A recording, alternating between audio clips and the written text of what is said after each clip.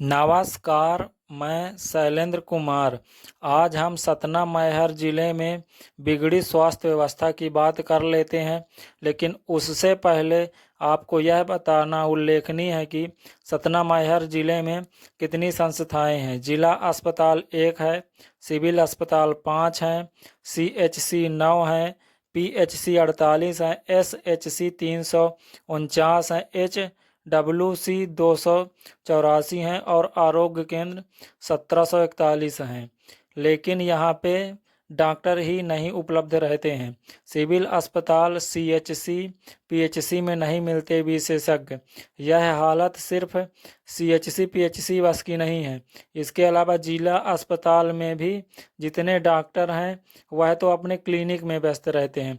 अधिक से अधिक समय वह अपने क्लिनिक में देते हैं जहां उनको फीस मिलती है, और जब यहाँ पे सरकारी अस्पताल का टाइम होता है तो आते हैं और औपचारिकता पूरी करके चले जाते हैं। यहाँ पे डॉक्टरों की स्थिति भी आप लोगों के सामने बताना होगा। प्रथम श्रेणी के पद 61 हैं और कार्यरत 16 हैं।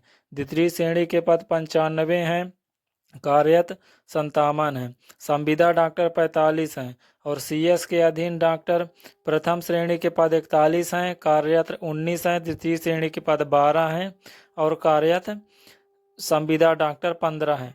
इतना ही नहीं, यहाँ तक ही लापरवाही का आलम नहीं है सरकारी अस्पतालों में। वहाँ पे सतना की राज्य मंत्री प्रतिमा बागरी कई बार दौरे कर चुके हैं, लेकिन आज भी हालत सुधरने का नाम नहीं ले रहे हैं। सांसद जी भी कई बार समीक्षा बैठक कर चुके हैं, लेकिन उनका भी कोई प्रभाव नहीं पड़ रहा है। यदि इस तरह से राज्य मंत्री हों, सांसद हों और उप मुख्यमंत्री राजेंद्र शुक्ल हों, बड़े वादे किए जाते हैं भाषणों में कि स्वास्थ्य व्यवस्था 1 नंबर की है, लेकिन यह कैसी व्यवस्था है कि वहाँ मरीजों का इलाज ही नहीं हो पाता है।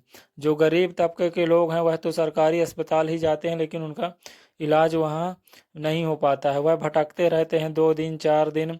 उनके पास जो भी थोड़ा बहुत पैसा है वह किराया में चला जाता है।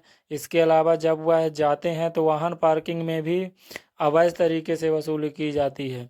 वहाँ पे मनमाने ढंग से पार्किंग शुल्क लिया जाता है, उसके लिए भी कोई लगाम नहीं है। अब यह यदि बीजेपी के राज्य में और बीजेपी के शासन में, जबकि 5-5 जिले में बीजेपी के विधायक हैं, उस सांसद हैं, फिर भी यह स्थिति है, तो यह यदि कांग्रेस की होती तो बात कुछ और होती।